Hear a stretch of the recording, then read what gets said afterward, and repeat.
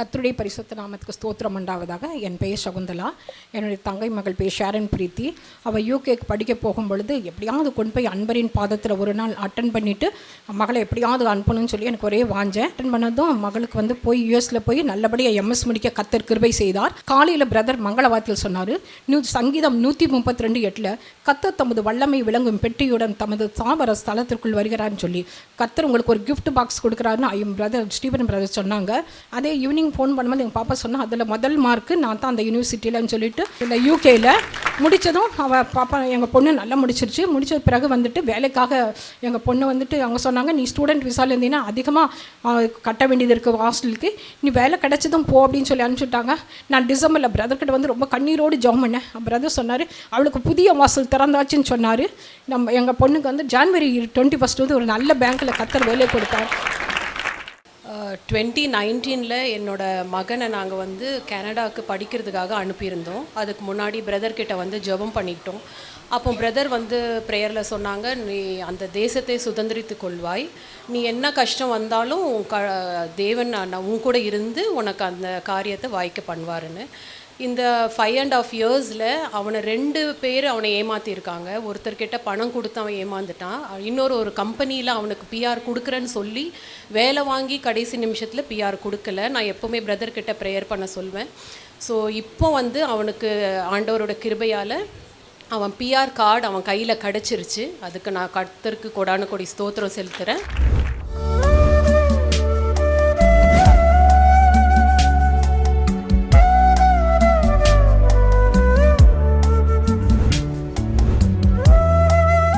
கிறிஸ்துவுக்குள் மிகவும் பிரியமான எனதருமை சகோதர சகோதரிகளே, நம்மை சிருஷ்டித்தவரும் நம்மை உண்டாக்கினவரும் நம்மை ஒருபோதும் மறந்து போகாதவருமாகிய இயேசு கிறிஸ்து முனையற்ற நாமத்தினால உங்கள் எல்லாரையும் வாழ்த்தி ஆசீர்வதிக்கிறேன். அல்லேலூயா.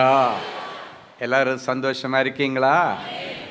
இப்பொழுது நாம் இந்த நாள் மங்கள வார்த்தைக்கு நேராக நாம் கடந்து செல்லுவோம். எடுத்து வாசிங்க எஸ்ஐயா தீர்க்கதரிசியின் புஸ்தகம் 51ஆம் அதிகாரம் 21 மற்றும் 22 ஆகிய வசனங்கள் வாசிக்கலாமா? ஆகையால் சிறுமைப்பட்டவளே மதுபானம் குடியாமல் வெறி கொண்டவளே நீ கேள். கர்த்தராகிய உன் ஆண்டவரும் தம்முடைய ஜனத்துக்காக வழக்காட போகிற உன் தேவனுமானவர் சொல்லுகிறது என்னவென்றால் இதோ தத்தளிப்பின் பாத்திரத்தை உன் கையிலிருந்து நீக்கி போடுகிறேன். இனி என் உக்கிரத்தினுடைய பாத்திரத்தின் வண்டல்களை நீ குடிப்பதில்லை. என் அன்பு தேவனுடைய பிள்ளைகளே, இந்த நாள் செய்தியின் தலைப்பு சிறுமைப்பட்டவளே நீ பிரகாசிப்பாய். இந்த வசனத்தின் தொடக்கம் இப்படியாய் சொல்லுகிறது, சிறுமைப்பட்டவளே மதுபானம் குடியாமல் வெறி கொண்டவளே என்று சொல்லப்பட்டிருக்கிறார். பொதுவாக யார் வெறிச்சு நடப்பா தெரியுமா? வெறிச்சு பேசுவா அப்படின்னாச்சுன்னா நிதானம் இல்லாமல் நிதானம் தவறி நடக்கிறது தான் வெறிச்சு நடக்கிறதுன்னு சொல்லுவாங்க. யார் பொதுவாக நிதானம் இல்லாமல் இருப்பாங்கன்னா, நல்ல மதுபானத்தை குடித்து ஃபுல் போதையில் இருக்கிறவன் தான் என்ன பேசுகிறேன்னு அவனுக்கு தெரியாது, என்ன செய்கிறேன்னு தெரியாது. அவனுடைய நிலை தடுமாற்றத்தின் நிமித்தம் அவனுடைய செய்கையே கொஞ்சம் வித்தியாசமாகிடும். சிலர் பேசியாச்சுன்னா சிலர் சொல்லுவாங்க, சிலர் போதை போட்டால் ஓவராக அன்பாக பேசுவானா, சிலர் போதை போட்டால் ஒரே திட்டிகிட்டு இருப்பானா, சிலர் போதை போட்டான் அடித்தடியில் போய் முடியுமா அப்படின்னா அவன் நிதானத்தை விட்டு விலகுகிறான். இந்த வசனம் சொல்லுகிறது, சிறுமைப்பட்டவளே மதுபானம் குடியாமல் வெறி கொண்டவளே என்று சொல்லப்பட்டிருக்கு. அப்படின்னா மதுபானத்தை குடிக்காம தன் இயல்பு நிலையிலிருந்து மாறி புத்தி பேதலித்தவளை போல, இல்லைன்னா மதுபானம் குடித்து தான் செய்கிறது என்னவென்று தெரியாமல் செய்கிறது போல நடக்கிறவளே என்று அர்த்தம். மதுபானம் நீ குடிக்கல, ஆனால் உன்னுடைய செய்கைகள் உன்னுடைய பேச்சுகளை பார்க்கும் பொழுது மதுபானம் குடித்து வெறித்தவர்களை போல இருக்கிறது. காரணம் என்ன தெரியுமா? அவருடைய இருதயத்திலே பட்ட காயங்கள், அவருடைய வாழ்க்கையிலே பட்ட வேதனைகள், அநேகருடைய ஈட்டி மாதிரி குத்துகிற வார்த்தைகள், இவைகள் ஒரு மனுஷனை நிலை தடுமாற பண்ணி அவனுடைய இயல்பு நிலையிலிருந்து அவனை வெளியே கொண்டு வருகிறது. என் அன்பு தேவனுடைய பிள்ளைகளை, இந்த வசனத்தில் அதனால் தான் சொல்ல, மதுபானம் குடிக்காமலே வெறி கொண்டவள் போல செய்கிறது என்னவென்னே தெரியாமல் இருக்கிற தேவனுடைய பிள்ளையே, இப்பொழுது நான் சொல்லுகிறதை கேள். சொல்லிட்டு சொல்றாரு, கர்த்தராகிய உன் ஆண்டவரும் உனக்காக வழக்காட போகிறவருமாயிருக்கிற கர்த்தர் சொல்லுகிறார், இதோ தத்தளிப்பின் பாத்திரத்தை உன் கையிலிருந்து நீக்கி போடுகிறேன், என் உக்கிரத்தினுடைய பாத்திரத்தின் வண்டல்களை இனி நீ குடிப்பதில்லை. இன்னைக்கு ஆண்டவருடைய பிள்ளைகளை பார்த்து நடுக்கடல்ல தத்தளிக்கிற மாதிரி நான் தத்தளிச்சிட்டு இருக்கிறேன், அவமானத்தில் நான் தத்தளிக்கிறேன், கடன்ல தத்தளிக்கிறேன், செய்வது என்னவென்று தெரியாமல் நான் தத்தளிக்கிறேன், இந்த கோர்ஸை முடிக்க முடியாமல், இந்த படிப்பை முடிக்காமல் நான் தத்தளிச்சிட்டு இருக்கிறேன், இந்த படிப்பை என்னால் முடிக்க முடியாது என்றெல்லாம் சொல்லி கண்ணீரோடு வந்திருக்கிற தேவனுடைய பிள்ளைகளே, இன்றைக்கு ஆண்டவரோடு உங்களை இணைத்து கொள்ளும்படி கர்த்தர் சொல்கிறார். நீ தனிமையாய் நின்று ஒரு காரியத்தை செய்யும் பொழுது உன்னால் அதை சக்ஸஸ் பண்ண முடியாது. ஆனால் ஆண்டவரோடு உன்னை இணைத்து கொள்ளும் பொழுது பலப்படுத்துகிற கிறிஸ்துவினாலே எல்லாவற்றையும் செய்யக்கூடிய பலன் உனக்கு கிடைக்கும். பலப்படுத்துகிற கிறிஸ்துவினாலே எல்லாவற்றையும் சாதிக்கக்கூடிய பலன் உனக்கு கிடைக்கும்னு கர்த்தர் சொல்றாரு. எனவே இன்றைக்கு நீ உன்னை தனிமைப்படுத்தி நிறுத்திட்டு நீ படுகிற கஷ்டங்களுக்கு அவசியமே இல்லைன்னு ஆண்டவர் சொல்றாரு. ஆண்டவரோடு இணைந்து கொள்ளுங்கள். வேதம் சொல்லுகிறது, கர்த்தருடைய ஆவியானவர் தாவீதின் மீது வந்து இறங்கினார், அவன் நாளுக்கு நாள் பலத்தான். இன்னொரு வசனம் சொல்லுகிறது, கர்த்தருடைய ஆவியானவர் சவுலிடமிருந்து எடுக்கப்பட்டார், அவன் நாளுக்கு நாள் பலவீனப்பட்டான். அப்படின்னா நம்முடைய பலனும் பலவீனமும் ஆண்டவர் நம்ம கூட இருக்கிறாரா இல்லையா என்பதை பொறுத்து தான் இருக்கிறது. அவர் நம்ம கூட வாசம் செய்ய ஆசைப்படுகிறவர், நம்ம கூட வாழ பிரியப்படுகிறவர். மனுஷர்கள் மத்தியில் குடியிருக்கிறது அவருக்கு ரொம்ப பிடிக்கும். இஸ்ரவேல் ஜனங்களை வனாந்தரத்திலே மோசே அழைத்து கொண்டு வரும் பொழுது ஆங்காங்கே சில இடங்களிலே சில காலங்கள் தங்கி இருந்து அதன் பிறகு ஆண்டவர் சொன்னதுக்கு பிறகு அந்த இடத்திலிருந்து இன்னொரு இடத்திற்கு போவார்கள்.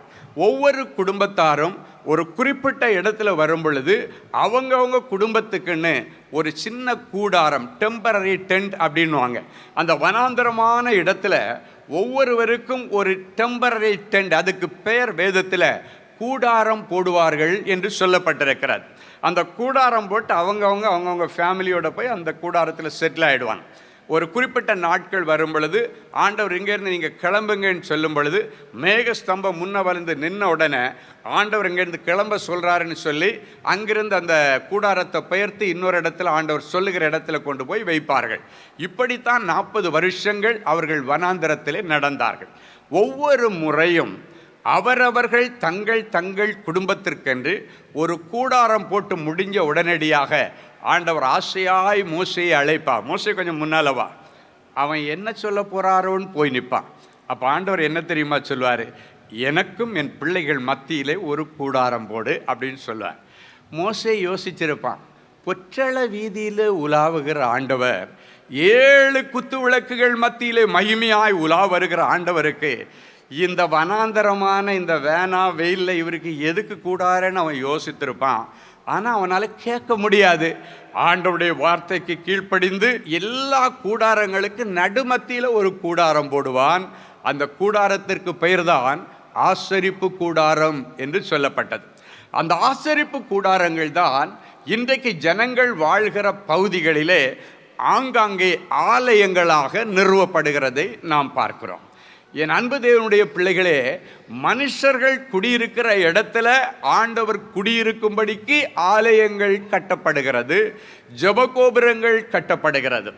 இன்றைக்கு ஒரு குறிப்பிட்ட ஏரியாவில் முதல்ல ஆள் நடமாட்டமே இல்லாமல் இருக்குது.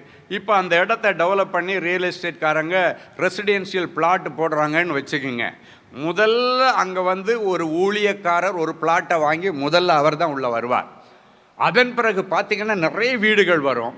ஒரு இடத்துல ஒரு தேவாலயம் வருகிறதுன்னா உடனே நீங்கள் சொல்லலாம், இந்த இடத்துல நிறைய வீடுகள் வரப்போகிறது. ஏன்னா ஆண்டவர் இந்த ஜனங்கள் இருக்கிற மத்தியில் ஆண்டவர் குடியிருந்து இந்த ஜனங்களோடு வாழ ஆசைப்படுகிறவர். அப்படின்னா அவர் உங்களிடத்திலிருந்து உங்களை பிரித்து கொள்ள விரும்புகிறவர் அல்ல, உங்களோடு வாசம் செய்கிறவர்.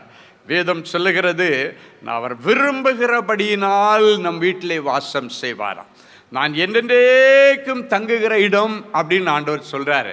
ஆனால் அநேக குடும்பங்களில் ஆண்டவர் ஆசையாக வந்து தங்குவார். ஆனால் ஆண்டவருக்கு விரோதமான காரியங்களை செய்யும் பொழுது ஆண்டவர் மனவேதனையோடு நம்ம வீட்டை விட்டு போயிடுறாங்க. நல்ல கவனிங்க, நம்ம வீட்டுக்கு 2 விருந்தாளி வர்றாங்க. நம்ம அவங்கள எப்படி நடத்துகிறோமோ அதை பொறுத்து தான் அவங்க எத்தனை நாள் இங்கே இருப்பாங்க, எத்தனை மணி நேரம் இருப்பாங்கன்றதை சொல்ல முடியும். நீங்கள் வந்து ஒரு நாள் முதல் நாள் போடும் மட்டன் பிரியாணி, அந்த பிரியாணி, இந்த பிரியாணி, ஊர்வனை, பரப்பனை, மிதப்பனை, நடப்பனை எல்லாம் போட்டு அடி சாத்துவோம். அடுத்த நாள் காலையில் கொஞ்சம் அந்த டிகிரி இறங்கும். அடுத்த நாள் காலையில் என்ன பண்ணுவோம், சரி இன்றைக்கி ஒரு சிக்கன் பிரியாணி மட்டும் போடுவேன்னுவாங்க.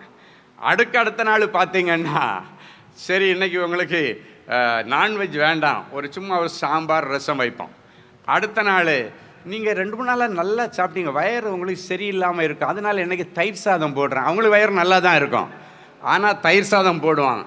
அப்போ அந்த அன்பு இறங்க இறங்க உட்கார்ந்துருக்கோம், யோசிப்பான், ஆஹா நீ வெளியே போடான்னு சொல்லாமல் சொல்கிறாங்க போல இருக்கு அப்படின்னு சொல்லி அடுத்த நாள் காலையில் நீங்கள் வெளியே வர்றதுக்குள்ளால பெட்டி படுக்கையெல்லாம் செஞ்சு வச்சுட்டு இல்லை நான் கிளம்புறேன்னுவாங்க.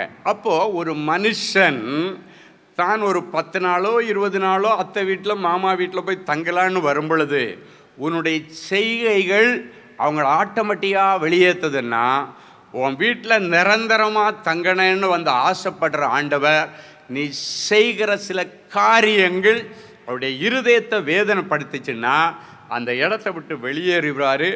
அப்பொழுதுதான் ஒரு பொல்லாத ஆவி அந்த வீடுகளுக்குள்ளே வருகிறது. என் அன்பு தேவனுடைய பிள்ளைகளே, சவுலிடமிருந்து பரிசுத்த ஆவியானவர் எடுக்கப்பட்ட பொழுது ஒரு பொல்லாத ஆவி அவனுக்குள்ளே வந்து உட்கார்ந்தது. இந்த இருதயமாகிய சிங்காசனத்தில் ஏதாவது ஒரு ஆவி உட்காரணும். ஒன்றில் பரிசுத்த ஆவியானவர், இல்லைன்னா அசுத்த ஆவி. அசுத்த ஆவி இருந்தால் அவன் வாழ்க்கை அசுத்தத்திலேயே போகும். பரிசுத்த ஆவியானவர் அவன் இருதயத்தில் இருந்தால் அவன் வாழ்க்கை பரிசுத்தமாக நடக்கும். அவனவனுடைய செய்கைகளை வைத்து அவனுடைய கனியை அறிந்து கொள்ளலாம் என்று வேதம் சொல்லுகிறது. அப்படின்னா இவனுக்குள்ளால இருக்கிறது பரிசுத்த ஆவியானவரா இல்லை அசுத்த ஆவியான்னு சொல்லி அறிந்து கொள்ள முடியும். எதுக்கு இதை சொல்கிறேன்னா, நீங்கள் இன்னைக்கு தனிமைப்படுத்தப்பட்டு சிறுமைப்படுத்தப்பட்டு வேதனைப்படுத்தப்படுகிற அளவுக்கு காரணம் என்ன? ஏன் உங்களுக்கு விரோதமாய் உருவாக்கப்பட்ட ஆயுதங்கள் உனக்கு பாதிப்பை கொண்டு வந்தது? ஏன் உனக்கு விரோதமாய் வருகிறவர்கள் உன்னை எளிதிலே அழித்து போடுகிறார்கள்னா, ஆண்டவர் உன் பட்சத்தில் இல்லை. இன்னைக்கு அந்த ஆண்டவரை உன் கூட தக்க வச்சுக்கிறதுல உன்னுடைய முயற்சி இருக்கணும். தக்க வச்சுக்கிறதுல தான் உன்னுடைய வெற்றி இருக்கிறது. ஆண்டவர் இருந்தாருன்னா ஒரு பயலும் உங்ககிட்ட வர முடியாது. ஆண்டவர் இருந்தாருன்னா உனக்கு விரோதமாக அட்டே டைமில் 1000 பேர் மந்திரவாதம் பண்ணட்டு நீ சவால் விடலாம். 1000 பேர் பண்ணுங்கடா, நல்லா பண்ணுங்க. அதை உன் கையில் எடுத்தாலும் உனக்கே தெரியாமல் சாப்பிட்டாலும் அதை மிதித்தாலும் அவைகள் ஒன்று உன்னை சேதப்படுத்துவதில்லை. ஏன்னு தெரியுமா? இவற்றின் வல்லமையை காட்டிலும் உனக்குள் இருக்கிற ஆண்டவருடைய வல்லமை பெரியது. ஹல்லேலூயா! என் அன்பு தேவனுடைய பிள்ளைகளை, உனக்கு விரோதமாக உலகமே எதிர்த்து வந்தாலும் சரி, கர்த்தர் உன் பட்சத்தில் இருப்பாரே, ஆனால் உனக்கு நிகராய் நிற்பவன் யார்? Who will be against you அப்படின்னு சொல்லிட்டு ரோமரின் புஸ்தகத்தில் அப்போஸ்தலனாய பவுல், கர்த்தர் உன் பட்சத்தில் இருந்தா உனக்கு நிகராக ஒரு பயல நிற்க முடியாது. இன்னைக்கு அந்த காரியத்தை கொண்டு தேவனுடைய பிள்ளைகள் இந்த இடத்திலிருந்து போகும்போது நீங்கள் ஆண்டவரை சுமந்தவங்களாக போகணும். நீங்கள் எங்கே போனாலும் ஆண்டவர் உங்கள் கூட இருந்தாருன்னா நீங்கள் செய்கிற காரியங்கள் வாய்க்கும். வேதம் சொல்லுகிறது, நீங்கள் போகிற இடத்திலெல்லாம் உங்களோடு இருந்து உங்களை பாதுகாத்து நீங்கள் கையிட்டு செய்கிற எல்லா காரியங்களையும் உங்களுக்கு அனுகூலமாய் மாற்றி தருவார். ஒருவேளை கடந்த நாட்களில் ஆண்டவர் உங்க கூட இல்லாத ஒரு சூழ்நிலையில் உங்கள் வாழ்க்கையில் நிறைய வேதனைகள் வந்து எல்லாரும் உன்னை சீனு பேசக்கூடிய விதத்தில் நீ சிறுமைப்படுத்தப்பட்டிருக்கலாம். இன்னைக்கு சிறுமைப்படுத்தப்பட்டதன் நிமித்தம் நீ டிப்ரெஷனில் போயிருக்கலாம், வேதனையில் போயிருக்கலாம், மன அழுத்தத்தில் போயிருக்கலாம், மன வேதனைக்குள்ளே போயிருக்கலாம். இன்றைக்கு அப்படிப்பட்ட பிள்ளைகளுடைய துளிர்விடும் காலத்தை கர்த்தர் இன்றைக்கு உங்களுக்கு கொண்டு வர்றார். அப்படிப்பட்ட பிள்ளைகளுடைய சிறுமையை மாற்றி உங்களோடு கூட இருந்து சொல்றாரு, குடிச்சு வெறிச்சவள மாதிரி நிதானம் இல்லாமல் செய்கிற காரியங்களின் நிமித்தம் தொடர்ந்து தோல்விகளை சந்தித்து கொண்டிருக்கிறாயா? இன்னைக்கு ஆண்டவர் சொல்றாரு, உன்னை தத்தளிக்க பண்ணின அந்த தத்தளிப்பின் பாத்திரத்தை உன்னை விட்டு எடுத்து போட்டு உன் மீது இருக்கிற தேவ கோபாக்கினை, அப்படின்னா ஆண்டவர் இல்லாததுனால தான் தேவ கோபாக்கினை எப்போ வரும்? ஆண்டவர் வெளியே போய் ஆண்டவரை வெளியேற்றினத நிமித்தம் உன்னுடைய வாழ்க்கையில் நிறைய கஷ்டத்தை அனுபவிச்சிருப்ப. சில நேரங்கள் அந்த தேவ கோபாக்கினை வரும் பொழுது ஆண்டவரும் அவற்றை அனுமதிப்பார். ஏன்னா பட்டாதான் இவனுக்கு புத்தி வரும், பட்டாதான் இவளுக்கு புத்தி வரேன்னு சில நேரங்களில் சில காரியங்களை கர்த்தர் அனுமதித்திருப்பார். இன்னைக்கு ஆண்டவர் சொல்றாரு, என் உக்கிரத்தின் பாத்திரத்தின் வண்டல்களை இனி நீ குடிப்பதில்லை. அப்படின்னா நானே உன் மேலே கோவிச்சுக்கிட்டு அனுப்பின சில வெட்டுக்கிளிகள், பச்சை புழுக்கள், முசுக்கட்டை பூச்சிகள் பட்சித்த வருஷங்களின் விளைவை திரும்ப உனக்கு தருவேன். ஆண்டவர் சொல்கிறார், நான் உன்னிடத்தில் அனுப்பினதான முசுக்கட்டை பூச்சிகள், பச்சை புழுக்கள். அப்படின்னா நான் உன்கிட்ட இல்லாத நேரத்தில் உனக்கு அனுமதிக்கப்பட்ட இழப்புகள் எல்லாத்தையும் ஆண்டவர் மறுபடியும் கொடுக்கும்படி இன்னைக்கு ஆண்டவர் அனுப்பின முசுக்கட்டை பூச்சிகளையும் பச்சை புழுக்களையும் வெட்டுகிற கிளிகளையும் ஆண்டவரனை வாபஸ் வாங்குறேன்னு சொல்றார். ஏன்னா இன்னைக்கு அவர் உண்மையில் வைத்திருந்த கோபத்தின் வண்டல்களை இனி நீ குடிக்காதபடிக்கு ஆண்டவரிடத்தில் சமாதானம் பண்ண வந்திருக்கிறார். ஹல்லேலூயா. நேற்றைக்கு வரைக்கும் என்ன சூழ்நிலையில் ஆண்டவர் கோச்சு போனாலும் சரி, ஆண்டவர் வாய்ப்பு கொடுக்கிற ஆண்டவர். நல்ல கவனிங்க. இப்போ நிறைய பேர் எங்கே போனாலும் கூகுள் மேப்பு போட்டு தான் போவாங்க. ஒரு காலத்தில் நமக்கு போகிற இடத்துல எல்லாம் 4 பேர் நிற்பாங்க, அவங்கள்ட்ட வழி கேட்டுடலாம். நீங்கள் அமெரிக்காவுக்கு எல்லாம் போனீங்கன்னா ரோட்டில் ஒரு பையில பார்க்க முடியாது. ஒருத்தனை ரோட்டில் நடந்து போவான், எங்கே போனேன்னு சொல்லி கேட்கலான்னா நிற்க முடியாது. எல்லாம் அவங்கவுங்க பாட்டு கூலாக வண்டி ஓட்டிட்டு 100 கிலோமீட்டர் ட்ராக்கில் ஒரு குரூப்பு போகும், 80 கிலோமீட்டர் குரூப்பில் போகும், 40 கிலோமீட்டர் குரூப்பில் அப்படியே போயிட்டே இருப்பாங்க. ஒருத்தரே ரோட்டில் நிறுத்தி பார்க்க முடியாது. அவங்களுக்கெல்லாம் கூகுள் தான் ரூட்டு. இன்றைக்கி அங்கே தான் அப்படி இருந்ததுன்னா இங்கேயே கூகுள் வந்துச்சு. அப்போ பாருங்கள், இந்த கூகுள் மேப் என்ன பண்ணேன்னா, நீங்கள் ஒரு அட்ரஸை போட்டு அப்படியே போயிட்டு இருந்தீங்கன்னா ஒரு குறிப்பிட்ட இடத்துல நீங்கள் ரூட்டை மிஸ் பண்ணிட்டீங்கன்னு வச்சிங்களேன், உடனே உங்கள்கிட்ட கோச்சம் டங் அப்படின்னு ஒரு சத்தம் கொடுக்கும். அப்படின்னா மண்டையில் ஒரு கொட்டு கொட்டுறது மாதிரி இருக்கும். ஒரு சத்தம் கேட்குமா? டொங்குன்னு ஒரு சத்தம் கேட்கும். அப்படின்னா தலையில் ஒரு கொட்டுறதுக்கு அடையாளம். டேய் கொஞ்சம் உஷாராயிரு, ரூட்டை விட்டுட்டேன் அப்படின்னு சொல்லிவிட்டு இதுக்கு மேலே உனக்கு ரூட் சொல்ல மாட்டேன்னு சொல்லுமா, அது ரூட் காட்டும். இன்னொரு ரூட்டை உங்களுக்கு திருப்பி காட்டும். கொஞ்சம் கூட போயிட்டு திருப்பி இன்னொரு ரூட் காட்டும். அந்த ரூட்டே நீ மிஸ் பண்ணாலும் திருப்பி இன்னொரு ரூட் பண்ணோம். அப்போ மனுஷன் கண்டுபிடிச்ச ஒரு கூகுளே ரீரூட் பண்ணி அவன் கடைசியாக போய் சேர வேண்டிய இடம் வரைக்கும் திருப்பி திருப்பி வாய்ப்பு கொடுக்குதுன்னா, நீங்களும் தானும் ஆராதிக்கிற ஆண்டவர் இன்றைக்கு உனக்கு ஒரு புதிய வாய்ப்பை கொடுக்கிறார். அவர் உங்ககிட்ட இருந்து கோபத்தோடு போனது உண்மைதான், ஆனால் இன்னைக்கு மறுபடியும் உனக்கு ஒரு வாய்ப்பை கொடுத்து உங்களோட இணைந்து கொள்ளுகிறேன்னு சொல்கிறாரு. அவரை கூட்டிட்டு போனீங்கன்னா இனி அந்த உக்கிரத்தின் வண்டல்களை நீ குடிப்பதில்லை. அது மட்டும் இல்லை, ஆண்டவர் உங்ககிட்ட வந்த உடனே என்ன செய்கிறாருன்னா, தத்தளிப்பின் பாத்திரத்தை உன்னிடத்திலிருந்து எடுத்து போடுகிறார். எந்த பாத்திரம், எந்த கடன், எந்த பிரச்சனை, எந்த காரியம் உன்னை ரொம்ப தத்தளிக்க பண்ணி உன்னை நிதானம் இழக்க வச்சு தேவையில்லாத வார்த்தைகளை புலம்ப வச்சு பேச வச்சுதோ, அந்த காரியத்தை கர்த்தர் இன்னைக்கு தொடுகிறார். அந்த காரியத்தில் ஒரு மாற்றத்தை ஆண்டவர் கொண்டு வருகிறார். அந்த தத்தளிப்பின் பாத்திரத்தை ஆண்டவர் இன்னைக்கு உன்னை விட்டு எடுத்து போடுகிறேன்னு சொல்றார். எத்தனை பேருக்கு ஆமேன்னு சொல்ல முடியும்? இந்த பாத்திரத்தை எடுத்து யாருக்கு கொடுப்பார் அப்படின்னு தான் அடுத்த வசனம். அடுத்த வசனத்தை வாசிங்க பார்க்கலாம். உன்னை உன்னை நோக்கி நாங்கள் கடந்து போகும்படிக்கு குனி என்று சொல்லி கடந்து போகிறவர்களுக்கு நீ உன் முதுகை தரையும் வீதியுமாக்கும்படிக்கு உன்னை சஞ்சலப்படுத்தினவர்களின் கையில் அதை கொடுப்பேன் என்றார். யார் உன்னை சிரமப்படுத்தினாங்களோ, யார் உன்னை ரொம்ப மனவேதனைக்கு நேராக நடத்தினாங்களோ, ஆண்டவர் சொல்றாரு, உங்ககிட்ட இருந்த அந்த தத்தளிப்பின் பாத்திரத்தை எடுத்து யாருக்கு திருப்பி போட போறது தெரியுமா? யார் மேல போட போறேன்னா, ஆண்டவர் சொல்றாரு, நாங்கள் கடந்து போகும்படிக்கு குனி என்று சொல்லி கடந்து போகிறவர்களுக்கு நீ உன் முதுகை தரையும் வீதியுமாக்கும்படி உன்னை சஞ்சலப்படுத்தினவர்களை. அப்படின்னா என்ன தெரியுமா? நீ குனிடா, உன் முதுகு மேலே நான் நடக்கணும். அப்படி உன்னை அடிமைப்படுத்தி உன் முதுகு மேலே நடந்து உன்னை அழித்து அவன் வாழணும்னு நினச்சான் தெரியுமா? அவன் கையில் இந்த பாத்திரம் டிரான்ஸ்ஃபர் ஆகும். இன்னைக்கு ஆண்டவர் சொல்கிறாரு, நீ எதை விதைக்கிறியோ அதை தான் அறுவடை செய்யணும். நீ வினையை விதைச்சியன்னா வினையை தான் அறுவடை செய்யணும். தினையை விதைச்சா தினையை அறுவடை செய்யலாம். அப்போ பாருங்க, உனக்கு விரோதமாய் சில காரியங்களை, வேதனைகளை சிலர் அனுப்பி உன்னை வேதனைப்படுத்துறாங்க தெரியுமா? உன்னை ஒரு மனுஷனா கூட நினைக்காம, என்ன அழகா பைபிளில் எழுதியிருக்கு பாருங்க, உன்னை தரையும் வீதியுமாக்கும்படி உன்னை சஞ்சலப்படுத்தி உன்னை குனின்னு சொல்லி உன் முதுகை தரையாய் மாற்றினவர்கள். அப்படின்னா உன்னை குனிய வச்சு உன் பின்னால உன் முதுகு மேல நடந்து உன்னை அழிச்சு உன்னை மண்ணோடு மண்ணா சமாதி பண்ணணும்னு நினைச்சவன் கையில இந்த தத்தளிப்பின் பாத்திரத்தை ஆண்டவர் கொடுத்துட்டு உன்னை ரிலீஸ் பண்றேன்னு சொல்றாரு. எத்தனை பேர் கரங்களை தட்டி ஆண்டவருக்கு நன்றி சொல்ல முடியும்? ஹல்லேலூயா! யாரெல்லாம் உன் முதுகு மேல யாரு மிதிச்சு போனாங்களோ அவங்க அத்தனை பேருக்கும் இதுக்கு மேல வேதனை. அதை அனுபவிச்ச உனக்கு இனி விடுதலை.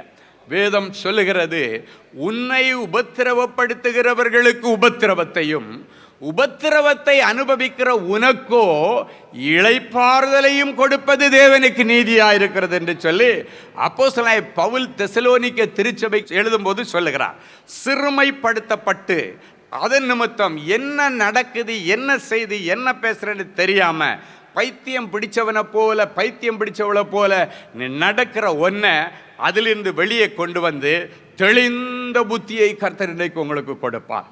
இன்னிலிருந்து நல்ல தெளிந்த வார்த்தைகளை நீங்கள் பேசுவீங்க. குழம்பி குழம்பி பேசின வார்த்தைகள் இனி இருக்காது. தெளிந்த புத்தியின் ஆவியானவர் உனக்கு இருந்து இனி தெளிவான பாதையில் நடத்துவார். கலங்கின நீரோடையிலே கடந்து போன நீ இனி தெளிந்த நீரோடையிலே நடந்து போய் உன் வாழ்க்கையை சீரமைக்க கர்த்தர் உதவி செய்வார். ஹல்லேலூயா! தொல்லை, கஷ்டங்கள் எங்களை சூழ்ந்து வரும் பொழுது, துன்பங்கள், துக்கங்கள் அடுக்கடுக்காய் எங்கள் மேலே ஏவி விடப்படும் பொழுது, எங்களுக்கு ஒத்தாசை தருகிற பர்வதங்களுக்கு நேராக எங்கள் கண்களை ஏறெடுப்போம். வானத்தையும் பூமியும் உண்டாக்கின கர்த்தரிடத்திலிருந்து எங்களுக்கு ஒத்தாசையும் வரும், ஜெயமும் வரும், சுகமும் வரும், ஆரோக்கியமும் வரும் என்று என் பிள்ளைகள் பாடினார்களே. இந்த வார்த்தை என் பிள்ளைகளுக்குள்ளே பலிப்பதாக. ஆண்டவரே, மது குடியாமல் வெறி கண்டவர்களைப் போல சிறுமைப்படுத்தப்பட்ட நிலைமையில வந்திருக்கிற என் பிள்ளைகள் தன் நிலைமையின் நிமித்தம் இயல்பு நிலையிலிருந்து விலகி அவருடைய வார்த்தைகள் தடுமாறி கொண்டிருக்கிற, செயல்கள் தடுமாறி கொண்டிருக்கிறது, யோசனைகள் தடுமாறி கொண்டிருக்கிறது. இந்த நிலைமையில வந்திருக்கிற பிள்ளைகளை ஒரு விசை கண்ணோக்கிப்பார். அந்நாள் அதே நிலைமையில உங்க சன்னிதானத்தில் வந்து என் இருதயத்தை கர்த்தருடைய சன்னிதானத்தில் ஊத்திட்டேன்னு சொன்னாலே, அடுத்தவ வீட்டுக்கு போய் சாப்பிட்டாலே, ரொம்ப நாளைக்கு அப்புறம் இன்னைக்கு தான் நான் நிம்மதியா சாப்பிட்டேன், இன்னைக்கு தான் ஒரு டீ குடிச்சேன், இன்னைக்கு தான் நிம்மதியா தூங்குனேன்னு சொல்லத்தக்கதாக என் பிள்ளைகளுடைய தத்தளிப்பின் பாத்திரங்களை இவர்களை விட்டு எடுத்து போட்டு சமாதானத்தின் பாத்திரத்தை இவர்கள் மேல இறங்கப்படும். உடைய கடன் பாத்திரத்தை இவர்களிடத்திலிருந்து எடுத்து போட்டு ஆசீர்வாதத்தின் பாத்திரத்தை என் பிள்ளைகள் மேல இறங்கப்படும். உம்முடைய உக்கிரத்தின் வண்டல்களை என் பிள்ளைகள் குடிக்க கூடாது. என் பிள்ளைகளிடத்திலே இன்றைக்கு நீ சமாதானமாய் வந்துவிட்டு உம்முடைய கோபாக்கினை விட்டு நீ திரும்பி இவர்களுக்கு தயை செய்ய வந்திருக்கிறீர். இவர்களுக்கு தயை செய்கிற காலமும் குறித்த நேரமும் வந்திருக்கிறபடி நான் ஆண்டவரே நாங்கள் உம்மை துதிக்கிறோம்ப்பா, ஸ்தோத்தரிக்கிறோம்ப்பா. தொடர்ந்து ஆண்டவருடைய நாமம் மகிமைப்படட்டும். இயேசுவின் மூலம் பிதாவே, ஆமென். அமெரிக்க தேசத்து மக்களுக்கு ஒரு நற்செய்தி. அன்பானவர்களே, நமது அன்பு சகோதரர் சுவிசேஷகர் டி. ஸ்டீஃபன் அவர்கள் ஆகஸ்ட் மாதம் 8ஆம் தேதி முதல் 31ஆம் தேதி முடிய அமெரிக்க தேசத்தில் உள்ள Georgia, Atlanta, Illinois, Chicago, Colorado, Denver, California, New York, New Jersey, Texas, Houston, Dallas ஆகிய பட்டணங்களில் தேவனுடைய வார்த்தைகளை பிரசங்கிக்க இருக்கிறார்கள். சகோதரரை நேரில் சந்தித்து ஜெபித்து தேவ ஆலோசனை பெற விரும்புகிறவர்கள் தொடர்பு கொள்ள வேண்டிய தொலைபேசி எண்கள் சகோதரர் ஃபெலிக்ஸ் ஜார்ஜ் +1 973 454 9686 மற்றும் தேவனின் அன்பு ஊழியங்கள் 98414 4699.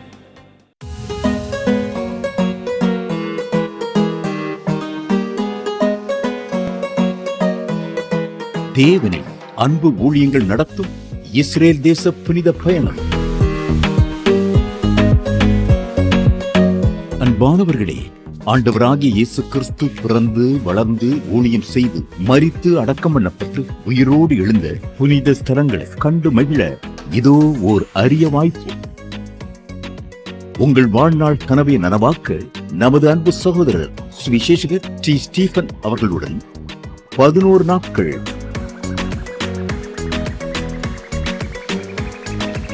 எகிப்து,